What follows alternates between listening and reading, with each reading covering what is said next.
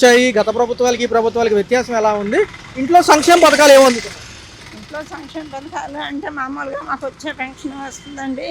ఈ ఆడపిల్లలకి ఇస్తామన్నాయి, ఇంకా అమల్లో పెట్టలేదు. అది అమ్మ ఒడి అనేది శాంక్షన్ అయ్యింది. చూస్తే పవన్ కళ్యాణ్ గారు ఉప ముఖ్యమంత్రి, ఆయన పనితీరులు ఎలా అనిపిస్తున్నాయి? ఈ సంవత్సరం వారు ఏంటి ఈ మధ్య కొంచెం కనపట్లేదు ఆయన కూడా సినిమాల తర్వాత, ఎందుకంటారు? ముఖ్యమంత్రి కదా ఆయన. అదేలేండి, ఉంటుంది వాళ్ళకి ఎన్నో ఉంటాయి. ఇంట్లో వండుకుని తినే వాళ్ళకే బొళ్ళు పనులు ఉంటాయి, ఆయనకి అలా ఎన్నో ఉంటాయి. ఒక చంద్రబాబు నాయుడు గారి పాలనలో ఈ అమరావతి పనులు బాగా ఫాస్ట్గా అవుతున్నాయి అంటున్నారు. మరి ఒక పక్క ఈ వర్షాల వల్ల ఇబ్బంది అవుతుంది, అక్కడ కట్టడాలు నిలుస్తాయా అని చాలా మంది అడుగుతున్నారు. ఏమంటారు? అది మనకెట్లా తెలుస్తుందండి? ఇప్పుడు ఎంతో మందిని సంప్రదించి వాళ్ళు పనులు మొదలు పెడతారు, నిలవలేని వాళ్ళు ఎందుకు కడతారండి? తదుపరి చూసుకుంటే ఒక పక్క పవన్ కళ్యాణ్ గారు సినిమా రేట్లు పెంచే విషయంలో ఫోకస్ చేస్తున్నారు, కానీ ఆటో కార్మికులను పట్టించుకోవట్లేదంట. వాళ్ళకి ఇబ్బంది అంటున్నారు. ఏమంటారు? ఆటో కార్మికులు అంటే ఇక ఆయన ఉన్నప్పుడు వీళ్ళకేవో అందని, ఇప్పుడు అవి వీళ్ళకి అందట్లేదు. అది వాళ్ళు ఆ ఉద్దేశంతో వాళ్ళు అలా మాట్లాడారు. చూసుకుంటే ఎలా ఉంది మేడం? మరి చంద్రబాబు నాయుడు తర్వాత లోకేష్ గారే సీఎం అంటున్నారు. ఈయన కొంచెం వృద్ధాప్యం వస్తుంది కాబట్టి తర్వాత మరి ఒప్పుకుంటారు. ఆయన యువ నాయకుడే లోకేష్ గారు, ఆయన తనయుడు. అంతేలేండి. ఇప్పుడు ఏంటంటే ఏదైనా ఇప్పుడు ఇక్కడ వరదలు వచ్చినాయి, దెబ్బతినింది, అది కోలుకోవాలంటే టైం పట్టుద్ది. ఇది అంతే. ఇప్పుడు చాలా చోట్ల అప్పులు అయ్యారు, అవి దాంట్లోంచి కోలుకోవాలి కదా, ఆ కోలుకోవడానికి టైం పట్టుద్ది అంతే. ఇంకంతకు మించి ఏం లేదు. అది అంతా సర్దుకున్నాక అంతా బాగుంటుంది. జగన్మోహన్ రెడ్డి గారు చెప్పినట్టు విశాఖ కానీ ఏమైనా వెళ్తే బాగుండేదా? లేకపోతే ఏం లేదులేండి. ఇప్పుడు మొదట అక్కడ అనుకున్నారు, అదే అయ్యింది. ఏది మనకి ఏది ప్రాంతం ఎలా ఉంటుంది? మిగతా అంశాల్లోకి వెళ్తే కనుక ఈ ఏమైనా ఇబ్బందులు ఉన్నాయా ఆర్థికంగా చూసుకుంటే? ఏం లేదండి, అంటే పెరిగిన ధరలు కానివ్వండి, కరెంట్ ఛార్జీలు అప్పుడే పెరిగినాయి. ఇప్పుడు పెరగడం ఏంటండి, అప్పుడే పెరిగినాయి. విశాఖపట్నంలో మనం ఎప్పటి నుంచో వింటా ఉంటాం విశాఖ ఉక్కు ఆంధ్రల హక్కు అని చెప్పి, అది కూడా ప్రైవేటీకరణ చేస్తామంటున్నారు. మరి కేంద్రం అప్పట్లో పెట్టింది కాబట్టి ఒక గవర్నమెంట్ సంస్థ, కేంద్ర గవర్నమెంట్ సంస్థగా ఉండేది, అది కూడా ప్రైవేట్ రంగం చేస్తేనే రేపు డబ్బులు వస్తాయి, మనకి ఇక్కడ డెవలప్మెంట్కి బాగుంటుంది అంటున్నారు. ఏమంటారు? ప్రైవేట్ వాళ్ళకి ఇవ్వచ్చా ఆ సంస్థలు?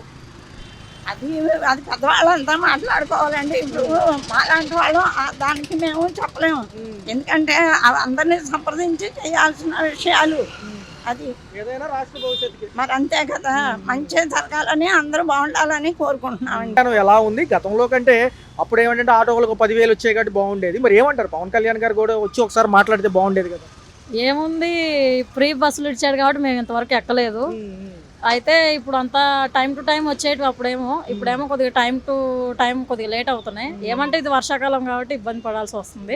ఎన్ని ఇబ్బందులు వచ్చినా నేను ముందుంటానని పవన్ కళ్యాణ్ గారు అసలు అంశాన్ని క్లియర్. ఇక్కడ చూసుకుంటే ఒక పక్క సినిమా రేట్లు హడావుడిలో ఉంటున్నారు, కానీ ఆయన అంతసేపటికి ఇటు పక్క కార్మికుల కష్టాలు కూడా పట్టించుకుంటే బాగుండేది అంటున్నారు.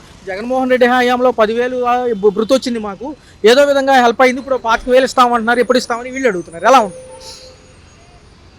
ఏముంది, ఇంకా ఆటో ఫీల్డ్లో ఉన్న వాళ్ళకి న్యాయం చేయాలి అంతే, తప్పనిచ్చి కొద్దిగా వాళ్ళని కూడా చూసుకోవాలి. ఆడవాళ్ళకే కాదు, కొద్దిగా మగవాళ్ళని కూడా పట్టించుకోవాలని మేము రాష్ట్ర వ్యాప్తంగా అడుగుతున్నాం. పెరిగిన ధరలన్నీ ఎవరి మీద పడతాయి అంటారు? రేపు చూసుకుంటే నిత్యావసర సరుకుల ధరలు, కరెంట్ ఛార్జీలు ఏమైనా పెంచే అవకాశం ఉంది?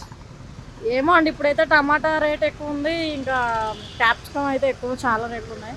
మరి ముందస్తు అంచనా ప్రకారం అయితే ఇప్పుడు ఇవన్నీ పెంచారు కాబట్టి కూరగాయలు ఏ ధరకు పెంచుతాడో తర్వాత చూడాల్సి వస్తుంది. ఒక పక్క చూసుకుంటే కేంద్రం ఇచ్చిన విశాఖ మనం చూసే ఉంటాం, విశాఖపట్నంలో విశాఖ ఉక్కు అని వింటూ ఉంటాం. అది కూడా ప్రైవేటీ రంగం చేస్తేనే మనకు రేపు డబ్బులు వస్తే ఏదైనా డెవలప్మెంట్కి అవకాశం ఉందంటారు. మరి ఏమంటారు మేడం? గవర్నమెంటే ఉంచుకుంటే బాగుంటుందా, ప్రైవేట్ రంగం చేయొచ్చు అంటారు? గవర్నమెంటే ఉంచుకోవడం మేలు. మళ్ళీ కార్మికులు ఆందోళనలో ఉన్నారు, గతంలో ఆగినప్పటికీ కూడా మళ్ళీ మొదలవుతుంది. మరి ఏమంటారు? ఎందుకంటే రాష్ట్రం అభివృద్ధికి అది కొంచెం ఉపయోగపడిద్ది అంటున్నారు బాబు గారు. అదైతే నిజమే. మరి ఏమంటారు? నెక్స్ట్ సీఎం లోకేష్ గారు అంటున్నారు, ఆయన తనయుడు, ఈయన కొంచెం వృద్ధాప్యం వస్తుంది కాబట్టి ఏమంటారు? ఆయన చేయగలడా లోకేష్ గారు? లోకేష్ నాయుడు అంటే అంతగా ఇంపార్టెంట్ లేదండి. సో ఇప్పుడు డిప్యూటీ సీఎం పవన్ కళ్యాణ్ గారు కాబట్టి ఆయనే రన్నింగ్ చేస్తే బాగుంటుంది.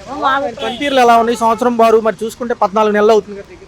పర్వాలేదు, బాగానే ఉంది. కొద్దిగా ఏమంటే ఆటో వాళ్ళని చూసుకోవాలని మా ఆలోచన, ఎందుకంటే వాళ్ళకి ఫ్యామిలీస్ ఉంటారు కాబట్టి, వాళ్ళకి ఆటో తోలితేనే పూట గడవాలి కాబట్టి, ఇప్పుడు ఆటో ఫీల్డ్లో ఉన్న వాళ్ళందరూ పవన్ కళ్యాణ్కి వేసారు కాబట్టి పవన్ కళ్యాణ్ గారు కొద్దిగా ఆటో వాళ్ళని పట్టించుకోవాలనిగా కోరుతున్నాం. అక్కడ మన అమరావతి మేడం ఈ వర్షాలకు ఎప్పుడు మునకలోనే ఉంటుంది. ఎలా ఉంటుంది? కట్టడాలు రేపు ఆగుతాయి అంటారా? భారీ ఎత్తున పెద్ద పెద్ద కంపెనీలు రావాలి, మన పిల్లలు ఉద్యోగాలు చేసుకోవాలి కాబట్టి ఎక్కడ చూసినా ఈ వరద ఉధృతి. గతంలో ఇక్కడ ఈ తప్పించుకున్నాం కదా, ఈసారి ఈ వరద ఉధృతి చూడాలి, వాళ్ళే మరి పై అధికారులు ఉన్న వాళ్ళు వాళ్ళే చూసుకొని ఆలోచన చేసుకొని కట్టించుకోవాలి. ఎందుకంటే పాలవాగు కొండవాగు అన్ని మునిగిపోతున్నాయి తుళ్ళూరు కాడి నుంచి పై ఎత్తున.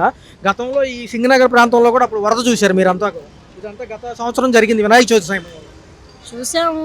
మరి వాళ్ళు పై అధికారులు కాబట్టి వాళ్ళకి అన్ని తెలుసు కాబట్టి వాళ్ళే ఏదో ఒకటి ఫిక్స్ చేసుకొని చేయాలి. ఉచిత బస్సు ప్రయాణం సూపర్ 6లో భాగంగా ప్రభుత్వం ప్రతిష్టాత్మకంగా ఆగస్టు 15 స్టార్ట్ చేసింది. కరెక్టే. మరి ఫస్ట్లో జిల్లాలు అన్నారు, నియోజకవర్గాలు, ఇప్పుడు రాష్ట్రాలు అయినాయి. ఎక్స్ప్రెస్లో ఇక్కడ ఎక్కితే వైజాగ్ వరకు వెళ్ళొచ్చు అంట మారుతూ. మరి చూస్తే ఎలా అనిపిస్తుంది? మరి ఈ ఆటో కార్మికుల పరిస్థితి ఏంటి? గతంలో 10,000 ఇచ్చినట్టు ఆ ప్రభుత్వం, ఇప్పుడు సంక్షేమ బోర్డు ఒక 25,000 ఈ వాహన మిత్రకి ఇస్తే బాగుంటుంది అంటారా? నాకు అంతగా మాట్లాడడం రాదన్నా. పరిస్థితి ఎలా ఉందో చెప్పండి.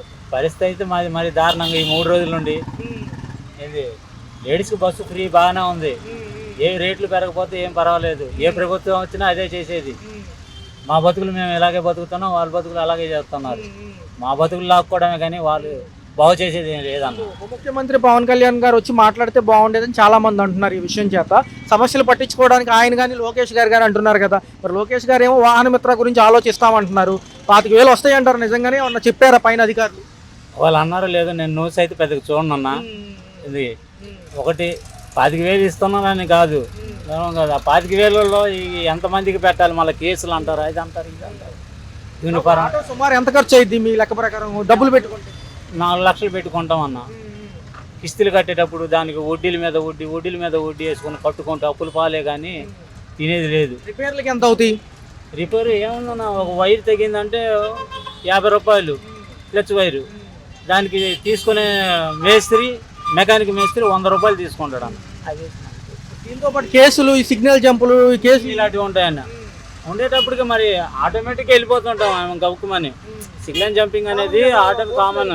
అది ఎవరు కావాలని మేము వెళ్ళాం, కావాలని మనం కొద్దాం.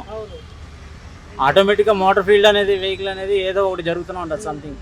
కాకపోతే ఆ టైంకి ఏంటంటే మనకి కొద్దిగా కోపం వచ్చి ఏదో ఒక మాట అని ఘర్షణ జరగడం ఇలాంటివి జరుగుతుంటాయి. కానీ మనకి ఇంకా అదంతా ఏం లేదు. కేసులు అనేది అంటావా ఇంకా వాళ్ళ ఇష్టం. ఎందుకంటావా వాళ్ళ రాజ్యం అది. తదుపరి ఎలా ఉండబోతుంది చూసుకుంటే ఇంటికి ఏమైనా తీసుకెళ్ళగలుగుతున్నారా? మరి అసలు లేదన్న. మరి గ్యాస్ అవుతుంది కదా 400 దాకా. నిన్న ఇవాళ పొద్దున్న 400 రూపాయలు గ్యాస్ కొట్టించానన్న. పొద్దున్న నుండి తిరుగుతున్నా. నేను 350 రూపాయలు తోలా. 400 రూపాయలు గ్యాస్. బండికి 400 కట్టాలి. గ్యాస్ కూడా రాలేదు అసలు. గ్యాస్ కూడా రాలే. అది పొజిషన్. ఏంటంటే ఉచిత బస్సు ప్రయాణం ఇంత ఎఫెక్టివ్గా ఎందుకంటారు? ఇప్పుడు ఒక అరగంట ముందే ఉంటున్నారు ఈ లేడీస్ కూడా ఉచిత బస్సు అనగానే. మరి ఈ విధానం అలాగే ఈ ఆటో కార్మికులు కూడా పబ్లిక్ ట్రాన్స్పోర్ట్లో భాగమే. మీరు ఇస్తే ట్యాక్సులు కడుతున్నారు. మరి ఇవన్నీ కదా ఇబ్బంది. ఎందుకు ఇంత ఇబ్బంది పెట్టాల్సిన అవసరం? ఇబ్బంది పెట్టాల్సి వచ్చిందంటే ఇంకా ఆడోళ్ళే అంత మాట్లాడుతున్నారు కన్నా. లేడీసే మాట్లాడుతున్నారు మాకు అది కావాలి, ఇది కావాలి, ఇది కావాలని. మరి అన్నీ కావాలనేటప్పుడు అన్ని వదులుతారు, చేస్తారు. లేడీస్ భాగంగా ఎక్కువ కదా. జెంట్స్ అనేది ఏం లేదు. ఇప్పుడు ఇంటికి ఏం తీసుకెళ్తారన్న? ఆరోగ్య సమస్యలు, హెల్త్ ఇష్యూ అయితే హాస్పిటల్కి వెళ్ళాలన్న, కరెంటు బిల్లులు, ఇంటి రెంట్లు అన్నీ బాగానే పెరిగిపోయానన్న. ఇప్పుడు 5,000 పైన కానీ రెంట్లు లేవు. ఏంటి హాస్పిటల్కి వెళ్తే గవర్నమెంట్ హాస్పిటల్లో మొన్న నేనే వెళ్ళా. నాకే ఇక్కడ లైన్లో నిల్చొని కేకేస్తానని చెప్పి కూర్చోబెట్టి కనీసం 1.5 గంట కూర్చోబెట్టారు. నాకన్నా వెనకాల స్లిప్ రాసిన వాళ్ళకి పంపిస్తున్నారు గవర్నమెంట్ హాస్పిటల్లో. మరి నాలాంటి వాడి పరిస్థితి ఏంటి? కాళ్ళు నరాలు బాగా అయిపోయి దెబ్బ తగిలి బ్రేక్ తొక్కలేకపోతున్నా. మెయిన్ దాని ప్రాబ్లంలో. పిల్ల ఇంటర్ చదివిందండి. మా మిస్సెస్ గారు చనిపోతే స్కూల్ మానేసింది. కాలేజ్ మానేసి ఇక ఇంట్లోనే ఉంటే పెళ్లి చేసాం. వాళ్ళకి ఇప్పుడు ఇంకోటి ఆధార్ కార్డులో లింక్ మూలంగా ఈ పేరు మూలంగా రాంగ్ పడి దానికోసం 3 సంవత్సరాలు తిరిగానన్న పశువుల ఆసుపత్రి దగ్గరికి మార్చాలని. మా అబ్బాయి చదువు లేదు, వాళ్ళ అమ్మ చనిపోయినాక మానేశాడు. అయితే ఆ చదువు లేక ఆ సర్టిఫికేట్ మార్చడానికి నాకు ఇబ్బంది అయిపోతుంది. దేనికైనా డబ్బులే కావాలంటున్నారు. డబ్బులు ఇస్తాం, డబ్బులు ఇవ్వకుండా ఏది జరగట్లే. డబ్బులు లేనిది ఏది జరగట్లే. నెట్లైనా ఎక్కడైనా సమస్యను కొలికి తీసుకొచ్చేదన్న ఉపకారం ఎత్తనం ఇస్తే బాగుంటుంది. అలాంటి అది నాలాంటి కదా. నాలాంటి ఎంతో మంది ఉంటారు, వాళ్ళకి బాగుండాలి కదా. ఆటో కార్మికులకు పర్టికులర్గా ఆటో కార్మికులు అనేటప్పటికి ఇంకా ఎక్కడికక్కడికి యూనియన్ ఒకటి పెట్టేస్తున్నారు. నేను చొక్కా ఎగరేసేస్తాను, బాణమ్మ గారు వస్తున్నారు, అటు వైఎస్ పార్టీ వాళ్ళు వస్తున్నారు, అందరు పెడుతున్నారు. ఏ పార్టీ వస్తే వాళ్ళు జెండా కట్టేస్తున్నారు. ఆటో యూనియన్ కూడా వాళ్ళకి సపోర్ట్ అనమాట. ఇది మనం ఎక్కడైనా ఆపితే ఒక అడుగు ముందుకు ఆపి ఎక్కించుకున్నా సరే ఇది మేము కొనేసాం మా తాతలాస్తి అన్నట్టు ఈ ఆటో ఫీల్డ్లో కూడా వచ్చేస్తున్నారు డ్రైవర్లే పొట్ట కొట్టుకుంటున్నారు. అంటే ఒక పక్క రాష్ట్ర ప్రభుత్వాలకు సంబంధించి విధి విధానాలు ఎలా ఉన్నాయి, అభివృద్ధి సంక్షేమంతో కూటమి ప్రభుత్వం ఇక్కడ ఏదైతే చెప్పినట్టుగా వెళ్తుందంటుంది, ఈ విధానాల్లో ఎక్కడ స్లోగా వెళ్తుంది, ఎక్కడ ఫాస్ట్గా వెళ్తుంది? అయితే ప్రజెంట్గా ఏంటంటే వాస్తవంగా సార్ మన రాష్ట్రానికి 100% అప్పుల శాతం ఎక్కువైపోయింది మన జగన్మోహన్ రెడ్డి గారు చేసిన పరిపాలన వల్ల. ఇప్పుడు ఏంటంటే బడ్జెట్ అనేది మనకు లేదు. బడ్జెట్ సమకూర్చాలంటే కేంద్ర ప్రభుత్వం సపోర్ట్ కావాలా. దానివల్ల ఏం చేస్తున్నారంటే మన వాళ్ళు తిరుగుతున్నారు, ఇండస్ట్రీలు తీసుకొస్తున్నారు, అమ్మఒడి ఈ అన్ని కార్యక్రమం బస్ సంక్షేమ కార్యక్రమాలు అన్నీ చేస్తున్నారు. 1 by 1గా నిదానంగా అనేది చేస్తారు. అందులో ఎక్కడా కూడా డౌట్ ఏం లేదు. నెక్స్ట్ కూడా 50 సంవత్సరాల పెన్షన్ సంబంధించిన కూడా చేస్తారు. పర్టికులర్గా 3 అంశాలు తీసుకుంటే అన్న, విశాఖ ఉక్కు మరోసారి వివాదం అవుతుంది 2 రోజుల నుంచి. గతంలో ప్యాకేజ్ వచ్చింది, ఆపేమన్నారు, అందరూ హ్యాపీ. కార్మికుల్లో మళ్ళీ ఆందోళన మొదలైంది. 44 డివిజన్లుగా విడగొట్టిస్తారంట అభివృద్ధి. అది 100% చేయటానికి ఆస్కారం ఉండదు. కాకపోతే ఏంటంటే వీళ్ళు ఆందోళన చేస్తారు. దేశ ప్రధాని గారు ఏం చెప్పాలా, ఇది నేను చేస్తానని. ఆయన ఎక్కడ అనలేదే. ఇప్పుడు దేశ ప్రధాని అనేది ఆ విషయం చెప్పట్లా. వీళ్ళు ఏదో లోకల్గా లీడర్స్ ఆవేదన పడి అది చెందటం వల్ల ఉపయోగం లేదు. మోడీ గారి విషయం వచ్చినప్పుడు మనం ఉద్యమం చేయాలి. చూసుకుంటే రాష్ట్ర ముఖ్యమంత్రి గారు చంద్రబాబు నాయుడు గారికి వృద్ధాప్యం వస్తుంది కాబట్టి నెక్స్ట్ యువజన నాయకుడు ఎవరైతే ఉన్నారో ఆయన సొంత తనయుడు లోకేష్ గారిని ఇటుపక్క తీసుకొచ్చి ఇట్లా పెడదాం అనుకుంటున్నారు సీఎం. ఏమంటారు? 100% ఏంటంటే ఇవాళ పరిస్థితిని బట్టి రాజకీయ పరంగా అయితే కూటమి ప్రభుత్వం నెంబర్ 1 స్థానంలో ఉంది అంచెలంచెలుగా. దాంట్లో ఎక్కడా కూడా డౌట్ లేదు. కాకపోతే పవన్ కళ్యాణ్ గారు ఉన్నారు, లోకేష్ బాబు ఉన్నాడు. ఎందుకంటే లోకేష్ బాబు గారు వయసు అయితే చిన్నది, అయితే చంద్రబాబు నాయుడు కొడుకు కాబట్టి అధినేత అవ్వచ్చు. పవన్ కళ్యాణ్ గారు ఉన్నారు కాబట్టి నెక్స్ట్ 100% కేంద్ర ప్రభుత్వం ద్వారా పవన్ కళ్యాణ్ గారు సీఎం అయ్యే అవకాశాలు ఎక్కువ శాతం ఉన్నాయి. పర్టికులర్గా చూస్తే ఒక IAS అధికారి పవన్ కళ్యాణ్ గారు విధులు దుర్వినియోగం చేశారని కేసు పెట్టడం ఏంటి? ఆయన పేరు విజయ్ కుమార్. ఒక పక్క దేనికంటారు? హరిహర వీరమల్లు సమయంలో అంటున్నారు కదా. నేను 100% చెప్తున్నా, మంచి సేవా కార్యక్రమంలో చేసే వ్యక్తిని టార్గెట్ చేసి ఏదో కేసులో పెట్టాలని చూస్తారు తప్ప వాస్తవంగా కూడా అలా ఆ వ్యక్తి అలాంటి వాడు కాదు. ఆయన 100 కోట్లు సంపాదిస్తాడు గంటకి.